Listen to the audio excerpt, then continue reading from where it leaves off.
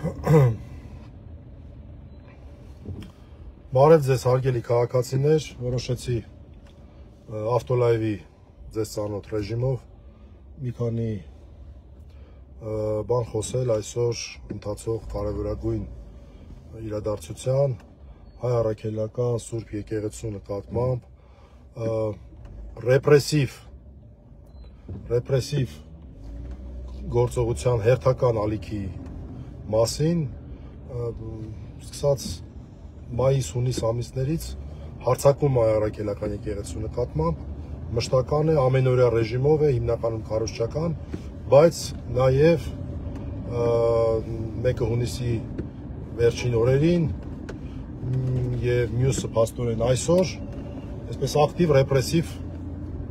փուլ է տեղի ունենում եւ այսօր առավոտյան բոլորս անհանգստացանք այն լուրից, որ Արագածոտնի թեմի առաջնորդը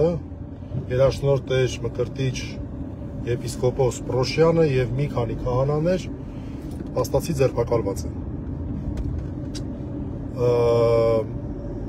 Ինձ բազմաթիվ մարդիկ են դրա վերաբերյալ գրել, 5 իրավապաշտպանների մեր տղաների հետ խոսում նրանց են գրել, մի քանի բան ենք ուզում ասել։ Առաջինը, հարգելի քաղաքացիներ, ուզում ենք տեղեկացնել, որ մենք որևէ կերպ ներգրավված չենք եւ լրացուցիչ տեղեկությունների այդպես կարևոր լրացուցիչ տեղեկությունների չենք տիրապետում, այս գործով զբաղվում է մեր լավ գործընկեր Արա Զորաբյանը եւ իր թիմը եւ մի քանի այսպես ուղիղ եթերով նաեւ Երևանի թռչականից կարող եք լայվերը նայել, տեսնել թե ինչ հայտարարություններ են տեղի ունենում։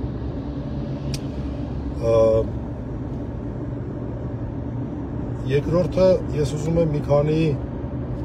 մտքեր հայտնել դրա վերաբերյալ, թե ինչ է կատարվում եւ առհասարակ փորձել որոշ իրավական այսպես նկատառումներ հայտնել։ Առաջին զուտ լուրի առումով քիչ առաջ նկատեցինք, որ Ազատություն ռադիոկայանը ոնց որ թե տվեց լուրը, որ Մկրտիչ Սրբազանին տանում են կալանքի, ինչը իհարկե կանխատեսելի էր։ Երկրորդը, այստեղ շատ կարևոր բան կա։ Մարդուն, որ ազատությունից զրկում են, մարդը ունի նվազագույն իրավունքներ, բոլորը։ Եվ սովորաբար այդ իրավունքները պահպանվում են։ Որոնք են դրանք։ Իր ընտրությամբ անմիջապես իր հարազատներից որևէ մեկին զանգ կատարելու իրավունքը, իր փաստաբանի հետ կապվելու եւ նրան հրավիրելու իրավունքը, որի հակադիր պարտականությունը շատ հստակ, նա է, որ եթե փաստաբանը գալի ներկայանում է, հատկապես զանգից հետո կամ որևէ փաստաթղթով հարազատներից, դու պարտավոր ես անմիջապես, լավ ասենք դու 5 րոպե տևի, 10 րոպե տևի, անմիջապես թողնես այդ մարդուն մտնի իրավաբանական օգնություն տալու, ցուցաբերելու։ Այս երկու իրավունքները ֆունդամենտալ իրավունքներ են։ Փաստաբանի իրավունք եւ տեղեկացնելու իրավունք, թե որտեղ է գտնվում։ Ժամեր շարունակ այս իրավունքները խայտառակ ձևով խախտվել են եւ դա ծանր հանցագործություն է։ Դա ծանր հանցագործություն է։ Ես կողմնակից չեմ այդ մոտեցմանը, որ նման բոլոր դեպքերով պետք է հանցագործության մասին հաղորդում ներկայացնել անկեղծ ասած, թե հակառակ մոտեցումներ եմ հարգում, բայց այստեղ խնդիրը դա չէ։ Խնդիրը նա է, որ ինչքան էլ անցնի, անգամ ես նաև համոզված եմ, որ եթե նույնիսկ խոսքը վերաբերվի շատ երկար ժամանակի, միևնույն է իրավական միջոցներ կան այս հանցագործության համար այն պաշտոնատար անձանց պատասխանատվության կանչելու, որ իրենց թույլ են տվել մեր մայր եկեղեցու հոգևոր սպասավորների նկատմամբ այսպիսի բան անել։ Դրանով թքել են իրենց մկրտության վրա, թքել են իրենց այն մյուրոնի վրա, որով իրանք մկրտվել են, թքել են դրա վրա։ Այն մարդիկ, ովքեր որ ստորագրել են դրա տակ։ Իրենց պսակի վրա են թքել այդ մարդիկ։ Չգիտեմ ովքեր են, բայց հայ առաքելական եկեղեցու դավանորդ, եթե նրանց մեջ կա, ես չգիտեմ։ Նրանք թքել են իրենց պսակի վրա, թքել են իրենց մկրտության մեջ։ Իրենք իրենց ենթարկել են նզովքի։ Իրենք իրենց Այդ բոլոր մարդիկ թող իմանան, թող վստահ եմ ուղարկելու են որ լսեն, չգիտեմ ովքեր են եղել, թող իմանան իրենց արածը։ Իրանք ուղղակի կատարում են Փաշազադեի, ոչ թե Փաշինյանի, այլ Փաշազադեի հրահանգը, որը 2 օր առաջ հերթական անգամ հարձակվեց հայ առաքելական եկեղեցու վրա։ Հիմա ըստ էության, այն Տերարամ կոչված կա։ Կարգի մեջ է դրա համար հնարավորինս զսպվածությունը պահում է։ Հնարավորինս։ Չնայած դա դժվար է։ Դեռևս կարգալույս չի եղել, ինչը, չգիտեմ, ես չեմ կարող հասկանալ դա։ Ասում եմ, ես դրա հետ կապ չունեմ։ Այդ գիտեք որն է, ոնց որ Հուդան ասի, այ մարդ, ես ինչ եմ արել, ես ընդամենը համբուրեն եմ ուսուցչին, ես ոչ մի վատ բան չեմ արել։ Հուդան որ Հուդա էր, հասկացավ իր արածը։ Իսկ սա ասում է, ես կապ չունեմ։ Ուրեմն գնացել Պետրոսի մոտ, չգիտեմ ինչեր է խոսել, հետո ինչ որ մեկին ասել են, որ հանցագործության մասին հաղորդում գրի, որ առիթ են օգտագործել եւ այս խայտարակությունն են արել։ Ինչքան հասկացա, չնայած պաշտոնապես դա չի ասվում, բայց որքան հասկացա, խոսքը վերաբերում է այն խայտարակ հոդվածին, այսպես ասած, ցույցերին մարդ ներգրավելու հոդվածին։ Հիմա այդ հոդվածի մասին էլ կարճ խոսենք։ Միջին ծանրության հոդվածի դեպ։ Այդ հոդվածով հիշում եք կոշիկի գործ կար, արցախցի տղա էր։ Նա էր կալանավորված,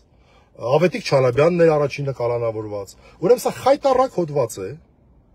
Խայտարակ հոդված է։ Խայտարակ հոդված է, որովհետև միակ հոդվածն է քրեական օրենսգրքի, որ եվրոպական կառույցները իրենց տարբեր փաստաթղթերով ուղիղ ասել են, որ հակաիրավական է դրա համար պատասխանատվություն սահմանելը։ Միակ ժամանակահատվածը, որտեղ որ քչից շատից գուցե եւ կարելի է, դա նախընտրական շրջանն է, ուղիղ են ասում։ Ավելին, Սահմանադրական դատարանում գործ է գտնվում։ Սահմանադրական դատարանն կարծեմ մի տարի եւ ավել առաջ որոշում է կայացել դիմել Վենետիկի հանձնաժողովին, բայց այնտեղ չգիտես ինչի, այսքան երկար տևել է, այսքան երկար։ Չգիտես ինչի։ Սա ուղղակի խայտարակություն է։ Ես որոշ տեղեկություն այս մասով այսպես ոչ ամբողջությամբ ստուգված ունեմ, բայց մեր 5 իրավապաշտպաններից իմ իմանալով Վարազդատը շատ հետաքրքիր փաստեր ունի դրա հետ կապված, թե ոնց ա եղել, որ սենց ա եղել։ Ոնց ա եղել, որ մինչև հիմա Վենետիկի հանձնաժողովը որոշում չի կայացրել եւ այս հակաիրավական հոդվածը գործում է մեր հոգեվորականների նկատմամբ այս այլանդակ հարձակման համար։ Այս չգիտեմ դաժե ինչ ասեմ։ Այն որ Թրամփը ասում էր Ալիևին ուրա հայրենակիցդ նկատի ունենալով Փաշազադեին, այս անգամ Նիկոլ Փաշազադեին նկատի ունեմ, ճիշտ ազգանունով դիմեմ, ոչ թե Ալաշուքյուր Փաշազադեին, ասում էր հայրենակիցը, այդ մարդկանց պատվերն եք կատարում։ Այդ մարդկանց պատվերն եք կատարում։ Իմ իմանալով Արագածոտնի թեմը 19 քահանա ունի, որոնցից մեկը այդ Տեր Արամ անունով անձնավորությունն է։ Մարդիկ կան, որ արձակուրդի մեջ են, Հայաստանում չեն։ Մեծ մասին բռնել տարել են ուրեմն քնչականներ ու անուններ են վկայի կարգավիճակ, ես ինչի կարգավիճակ, այն ինչի կարգա։ Մարդը եթե մտավ եւ ինքը չի կարող գնալ տուն, վերջ։ Իր նկատմամբ բոլոր երաշխիքները տարածվում են։ Այսինքն հերիք չի, այս այլանդակությունն են անում անհիմն, բացարձակ անհիմն, շարով տալու սկզբունքով մեր մայր եկեղեցու նկատմամբ հերթական հարձակումն են իրականացնում։ Հələ մի հատ էլ զրկում են այն իրավունքներից, որ սովորաբար այլ քաղաքացիների նկատմամբ այդ իրավունքները տարածվում են։ Այսինքն հայ առաքելական եկեղեցին այս պահին ակնհայտ խտրական վերաբերմունքի մեջ է գտնվում։ Հիշենք հենց Միքայել Սրբազանի գործը։ Հենց Միքայել Սրբազանի գործը հիշենք։ Վերադառնալով այդ ուրեմն մեղադրանքի հետ կապված բովանդակությանը։ Ես հիշում եմ այդ Տեր Արամը, որ այդքան խոսում էր, ինձ ստիպել են, թե ինչ են արել, որ ես գնամ հավաքների, այդ նույն մատն էր, որ իր էջում 20 թվականի նոյեմբեր-դեկտեմբերին գրում էր այս երկրին Կադիրովի պես ղեկավար է պետք էս կոմենկում։ Դա էլ են ստիպել որ գրի։ Դա էլ են ստիպել որ գրի, որ մեր երկրին Կադիրովի պես ղեկավար է պետք, հա։ Այդ ոնց ալնում, որ տենց ալնում։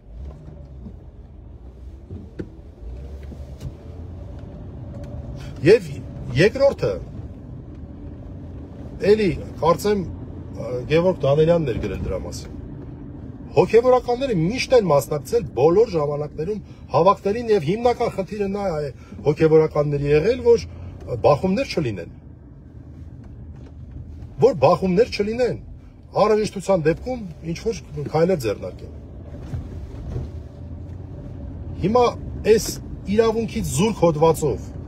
այն էլ կալանքի են տանում թեմակալ առաջնորդի, պատկերացնում եք։ Թեմակալ առաջնորդի հերթական կալանքի են տանում։ Արդեն մի թեմակալ առաջնորդ ունենք, խայտարակ ձևով բանտում գտնվող, խայտարակ մեղադրանքով, խայտարակ հիշում եք էլի ոնց եղավ։ Միքայել Սրբազանի մասին է խոսքը, հիմա էլ Արագածոտնի թեմի առաջնորդին։ Ես ճիշտ ասած Մկրտիչ Սրբազանի հետ համեստ, պարկեշտ, չգիտեմ, ամենադրական կողմերով կարող եմ բնութագրել, ծանոթացել եմ մի ամիս չկա, երբ իրենց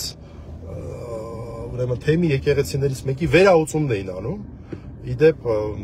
որքան հասկացա, սեպտեմբեր ամսին 3 եկեղեցի կամոցեցին նոր կամ վերահուծեցին։ Ես ու մեր վարազդատը մեր ինգիրավապաշտպաններից գնացինք, այնտեղ ծանոթացանք, ներողություն եմ խնդրում, ջղայրացած եմ, գյուղի անունը չեմ հիշում։ Եվ մարդկանց վերաբերմունքը, այդ սերը, այդ հարգանքը Մկրտիչ Սրբազանի նկատմամբ։ Այդ ժամանակ ասեց, որ հոկտեմբերի 11-ին էլ ուխտերթ ենք անելու ուրեմն Արագածից Օշական, որին ընդամենը 4 օր առաջ ինքս էլ մասնակցեցի, այնտեղ ծանոթացա բռնված քահանաներից շատերի հետ, որոնց չէի ճանաչում շատերին, Տեր Մանուկի հետ ծանոթացա, Տեր Փարենի հետ եմ զրուցել կարճ, համեստագույն, ամենադրական այսպես էներգիա ճարագող մարդիկ, մեծագույն հարգանքի ենթակա։ Դուք տեսեք ինչ աշճան են 37 թվի այդ տրոյկաների, այդ չեկայի, այդ տղեկը, այդ մարդիկ։ Այս ռեպրեսիաներ անողների մոտ հրեշտակներ են, լուրջ եմ ասում։ Իրան ժամանակի հանգամանքը հաշվի առնելով։ Իրան ժամանակի հանգամանքը հաշվի առնելով։ Մի ամբողջ թեմ կազմալուծել են 19 քահանայից, ոնց հասկացա 8-9 փաստացի ձերբակալված է եղել։ Որքան ես հասկացա։ Շշմելու բան։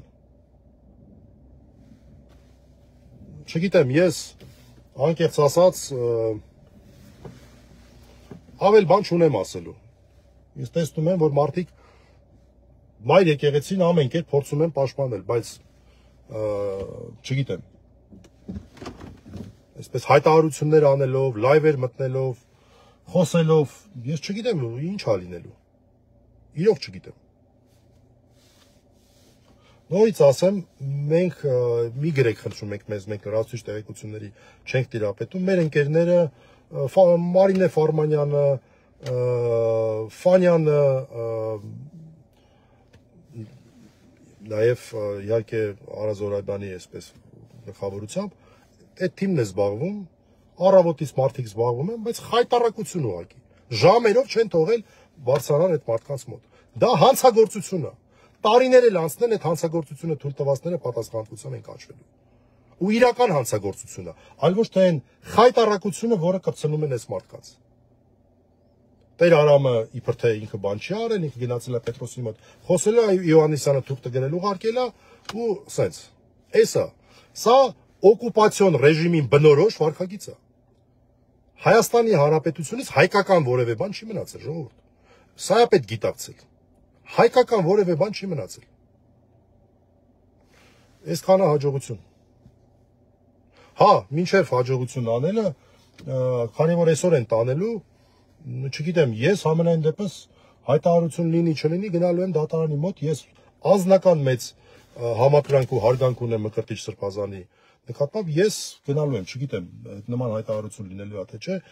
անիմաստ է մեծ հաշվով, որտեղ փակ անիստ է լինում, բայց ուզում եմ իմ մեծագույն անձնական այսպես սիմպաթիան հայտնել Մկրտիչ Սրբազանի նկատմամբ։ Շատ դրական վերաբերմունք կա առաջացրել մեր ընդամենը 1-2 կարճ մի քանի 1-2 րոպեանոց շփումների արդյունքում։ Բայց լինելու է հավանաբար շուտով մի քանի ժամից, հավանաբար այս գիշեր, թե որ դատարանում չգիտեմ։ Այսքանը հետևենք փաստաբանների էջերին, կարծում եմ նրանք կտեղեկացնեն թե ժամը քանիսին եւ որ դատարանում, հիշեցնեմ, որ մեր լավ գործընկեր Արա Զորաբյանի թիմն է զբաղվում Արագածոտնի մարզի կազմալուծման հետ կապված, կազմալուծման հանգեցնող այս խայտարակ իրավունքի հետ կապ չունեցող հոդվածով խայտարակ քրեական հետապնդման հետ, որը վաղուց պետք է հակաիրավական ճանաչված լիներ, եթե ժամանակին ուղարկված լիներ։ Իսկ թե ոնց ա եղել, ինչ ա եղել, նորից ասեմ, այստեղ շատ լուրջ հարցեր կան։ Հենց Սահմանադրական դատարանի հետ կապված նաև, որը ամբողջությամբ գիտենք, թե ում վերահսկողության ներքո է։ Ու ես հիմա արդեն հասկանում եմ, թե ինչի են այդպես վարվել։ Այսքանը հաջողություն։